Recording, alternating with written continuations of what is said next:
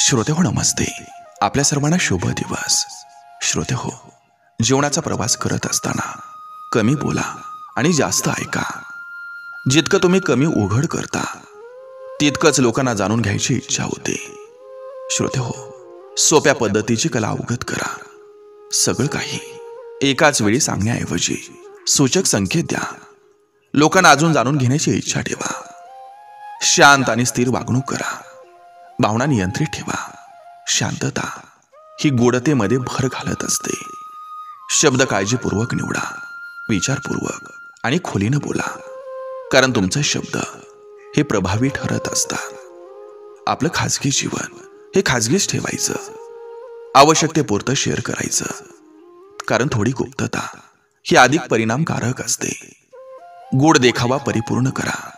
श्रोते हो, आत्मविश्वासपूर्ण शरीर बोली आणि डोळ्यांचा संपर्क योग्यरित्या वापरा.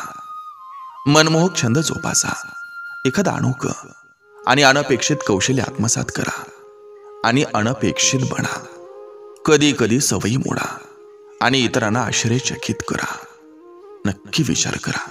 चला, आजही आपल्यासाठी सुंदर विचारांची ही शिदोरी, ही मालिका अशीच पुढे घेऊन आलोय. चला, करूया सुरुवात सुंदर विचारांना, सुंदर सुविचारांना.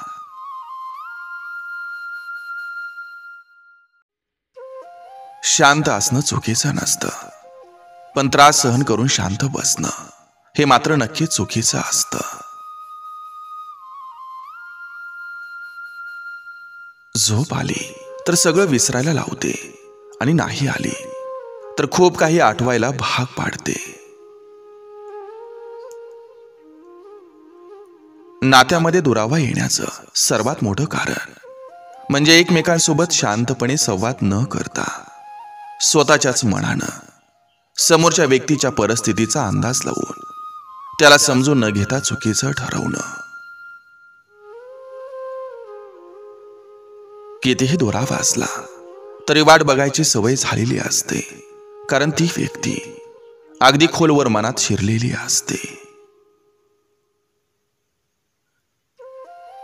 काही माणसाचं भेटणं म्हणजे वाळवंटात पाण्याचा थेंब भेटण्यासारखं असतं. त्यांच्या असण्यानं मनाचा समुद्र होऊन जातो. आयुष्याच्या प्रवासात बायकोची साथ ही खूप मोलाची असते. जिथं सगळे माघारी घेतात तेव्हा ती खंबीरपणे उभी राहते आपल्या सोबत. आयुष्यामध्ये प्रत्येकानं एक निर्णय स्वतःचा स्वतःसाठी घ्यायला हवा. जीवनात एकटं राहणं अवघड नसतं, पण एखाद्याची सवय झाल्यानंतर पुन्हा एकटं राहणं खूप अवघड असतं.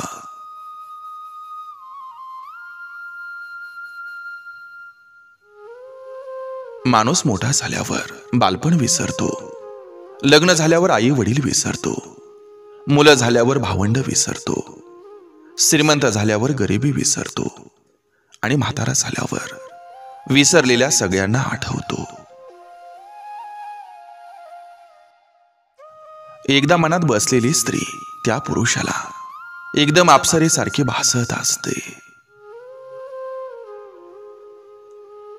सांगावं त्यालाच जो कोणाला सांगणार नाही. प्रेमात मिळालेला आदर हा फुलांपेक्षा मौल्यवान असतो.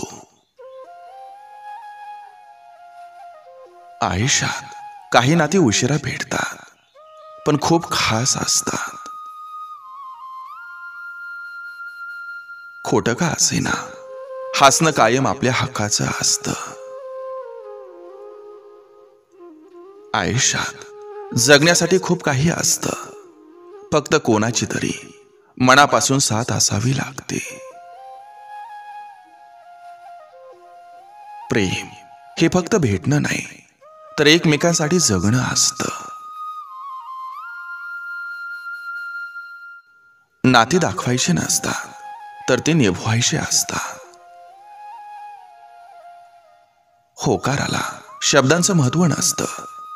दाटलेल्या भावनांना काही बंधन नसतं. डोळे सांगून जातात हाल हृदयाचं, प्रेमामध्ये शब्दांची गरज नसते. नात्याची जाणीव असणारी माणसं फार थोडी असतात. चेहऱ्याची सुंदरता क्षणिक प्रेमात पाडते, पण मनाची सुंदरता कायमची प्रेमात पाडते.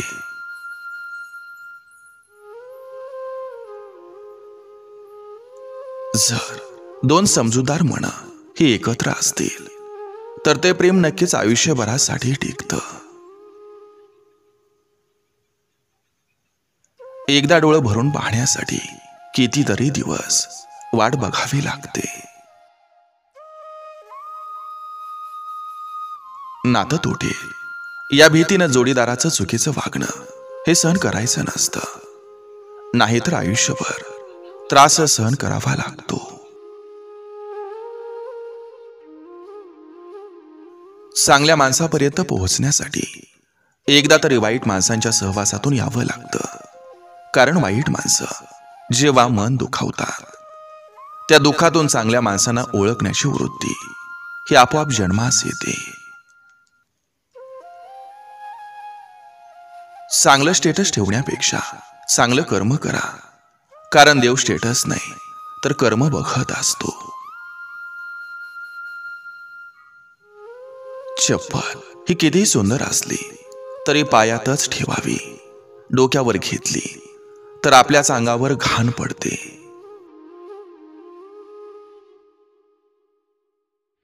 एकटं राहणं हे कधीही चांगलं आहे, त्या लोकांसोबत राहण्यापेक्षा जी लोक नात्याला नावापुरतं आणि माणसांना गरजेपुरतं समजतात.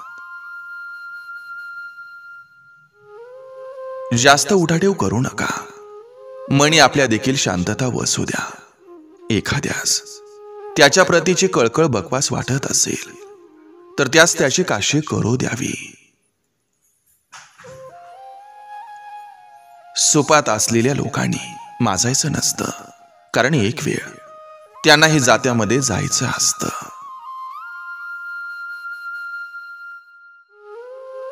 प्रत्येक गोष्ट ही मनाला लावून घेणं हा सुद्धा एक मानसिक आजार आहे. त्यामुळे जास्त कोणी काय बोलायला लागलं की त्याच त्याला त्याच्याच भाषेत परत करता आलं पाहिजे.